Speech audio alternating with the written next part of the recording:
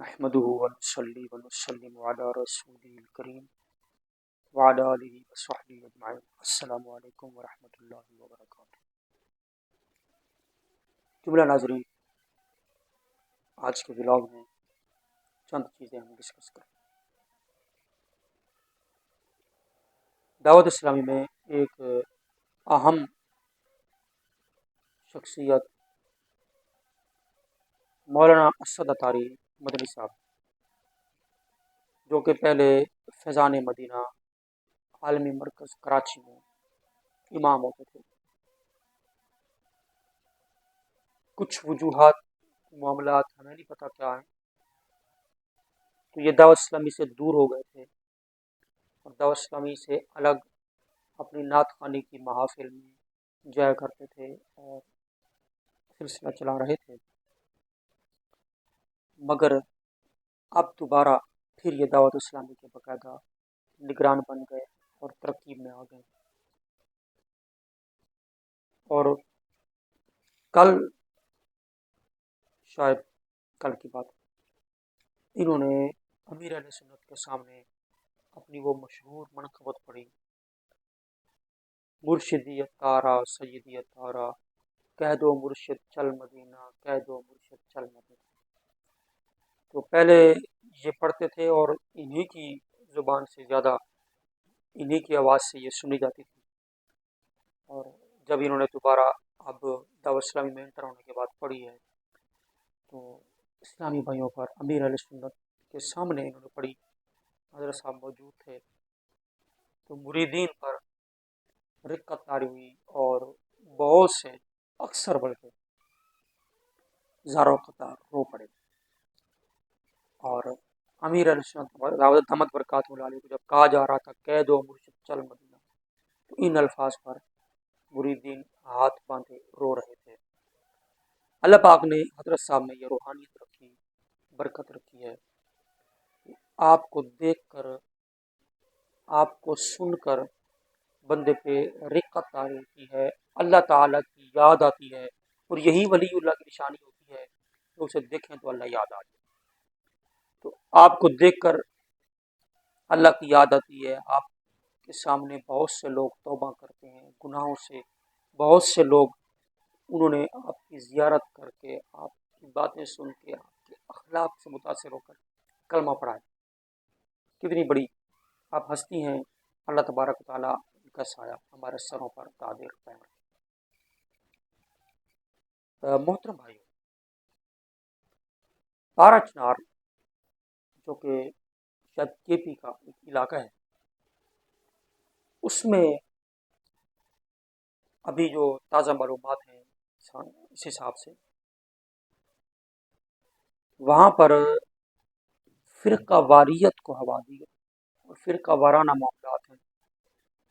شیعوں کی دیوبندیوں کے ساتھ شاید وہاں پہ معاملات ہیں اور سیکیورٹی بھی موجود تھی، پھر بھی یہ واقعہ ہو گیا. بہرحال علماء سے گزارش کروں گا کہ ایک شاید منصوبہ بندی کے ساتھ دوبارہ ایک فرقہ واریت کو ہوا دی جا رہی. فرقہ واریت کو ہوا دینے کا مطلب یہ ہے کہ اتنا متشدد ہو جانا، ایک دوسرے کو مارنا، قتل کرنا وغیرہ، اس طرح کے جو معاملات ہیں، اس کا ہمارا ملک متحمل نہیں. اختلافات ہیں، اختلافات ایک اپنے حسن انداز سے اختلافات رکھیں. اختلاف ختم کرنے کا میں نہیں کہہ رہا، نہ ہی اختلاف مذہبی ختم ہوتے ہیں، یہ بہت کم ہے کہ ختم ہو جائیں. اختلافات یوں ہوتے ہیں لیکن ان کو اچھے انداز سے دلائل کے ساتھ بیان کریں اور دلائل کے ساتھ اس پر بات کی جائے. یہ طریقہ جو جنگ و دجل کا ہے یہ درست نہیں ہے. نہ ملک ہمارا اس کا متحمل ہے اور نہ ہی علماء کی یہ تعلیمات ہیں. تو ہم نے پھر بھی اس چیز کی حوصلہ شکنی کرنی ہے اور دلائل کے ساتھ اپنی بات کرنی ہے. ہم اہل سنت و جماعت حنفی بریلوی الحمدللہ ویسے بھی ہم پرامن لوگ ہیں، ہم ان چیزوں پر بالکل نہیں جاتے. ہم پرامن طریقے سے اپنے دلائل کے ساتھ اپنے مشرقی اختلافات جو ہیں ان کا بیان کرتے ہیں، اور دلائل سے مقابلہ کرنا ہو تو کرتے ہیں، اور مد مقابل کو یہ کہتے ہیں ہمارے دلائل کا جواب دو، وہ دلائل دے تو ہم اس کا جواب دیں، یہ طریقہ رکھتے ہیں، اور یہ طریقہ یقیناً درست ہے۔ ہمارے ملک پاکستان میں آج 23 نومبر ہے جب میں یہ بات ریکارڈ کرا رہا ہوں۔ 24 نومبر کی ایک سیاسی جماعت کی طرف سے اسلام آباد میں احتجاج کی کال ہے۔ ہمارا ملک ایک جمہوری ملک ہے، جمہوری ملکوں میں احتجاج کرنا یہ ایک جمہوری حق ہوتا ہے، عوام احتجاج کر سکتے ہیں، کسی کو احتجاج کی پابندی نہیں ہوتی۔ اب اس جماعت نے احتجاج کی کال بھی اسلام آباد کو دی، اور اسلام آباد میں بھی ایک مقام ڈی چوک پہ، انہوں نے آ کر صرف ڈی چوک بند کرنا تھا، چاہے پورے ملک سے بندے آ جاتے، کئی ہزار آ جاتے، انہوں نے ڈی چوک پہ رکنا تھا، ڈی چوک بند کرنا تھا۔ تو ڈی چوک کے آس پاس جو لوگ ہیں ان کو تکلیف ہونی تھی۔ اب ہماری جو حکومت ہے، وفاقی حکومت، صوبائی حکومتیں، انہوں نے خاص کر پنجاب، انہوں نے کیا کیا، لاہور مکمل بند، راول پنڈی بند، اسلام آباد بند، موٹر ویز بند، اور کئی عام شاہراہیں بند، اور ڈی چوک بھی بند، اسلام آباد کے دیگر علاقہ جات بھی بند۔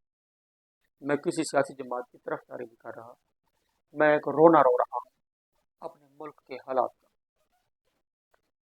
انہوں نے آ کر ڈی چوک بند کرنا ہے، اور حکومت میں بیٹھے جو لوگ ہیں، شاید پتہ نہیں کون ان کو کس طرح کے مشورے دے رہا ہے، مشیروں کی وجہ سے بادشاہ مارے جاتے ہیں۔ انہوں نے پورے ملک کو عام شاہراہیں، موٹر ویز، کیا سب کیا بند کر دیا۔ آپ نے ان کا احتجاج روکنا تھا کہ ان کا احتجاج ڈی چوک اسلام آباد ہے، اور یہ بھی قانونی طور پر جمہوری ملکوں میں حق ہوتا ہے، احتجاج کر سکتے ہیں۔ ماضی میں احتجاجات ہوتے رہے، بڑے بڑے احتجاج ہوئے۔ جو پارٹی اب احتجاج کر رہی ہے، جب یہ حکومت میں تھی تو جو اب حکومت میں ہے یہ احتجاج کرتے رہے۔ اچھا، تو احتجاج تو ہوتے رہے، ہوتے رہتے ہیں، یہ طریقہ ہے اسلامی جمہوری ممالک میں احتجاج ہوتی ہے، لیکن اب جو کام کیا گیا نا یہ سمجھ سے باہر ہے، پورے ملک کو تکلیف میں مبتلا کیا گیا ہے۔ خدا را ایسا نہ کریں، لوگوں کو جینے دیں، کمانے دیں، کھانے دیں، ان کی زندگی کا نظام چلنے دیں۔ یہ احتجاج کرنے والے کتنے دن بیٹھ جائیں گے اور کتنا نقصان کر لیں گے۔ انہوں نے صرف اسلام آباد میں آنا تھا، اور پتہ نہیں کیا کیا تم نے بند کر کے ملک کی عوام کو خود ہی نقصان پہنچایا۔ انہوں نے کہا ہم اسلام آباد بند کریں گے، تم نے پورا ملک بند کر دیا۔ تو خدا را مہربانی کریں، آپ کو اول تو احتجاج کو روکنا نہیں چاہیے، راستہ روکنا نہیں چاہیے۔ اگر روکنا ہے تو پھر وہی اسلام آباد تک روکیں۔ یہ باقی شہروں میں اس طرح روکنے کا کام مشورہ ہے، بند نہ کریں۔ ہمارے بہت سارے مسلمان جو ہیں وہ تکلیف میں مبتلا ہیں، کئی مسافر ہیں۔ اب دیکھیں، کئی ایسے ہوں گے جنہوں نے جو ایسے ہوں گے جنہوں نے لاہور سے عمرہ کے لیے جانا ہے، اور وہ پنجاب سے تعلق رکھتے ہیں۔ اب وہاں پہ راستے سارے بند ہیں، ایئرپورٹ تک وہ کیسے پہنچیں؟ فلائٹیں متاثر ہیں، کتنا نقصان ہے۔ خدا را مہربانی کریں، ملک کا اپنے ہاتھوں خود نقصان نہ کریں۔ اللہ پاک ہمارے ملک کا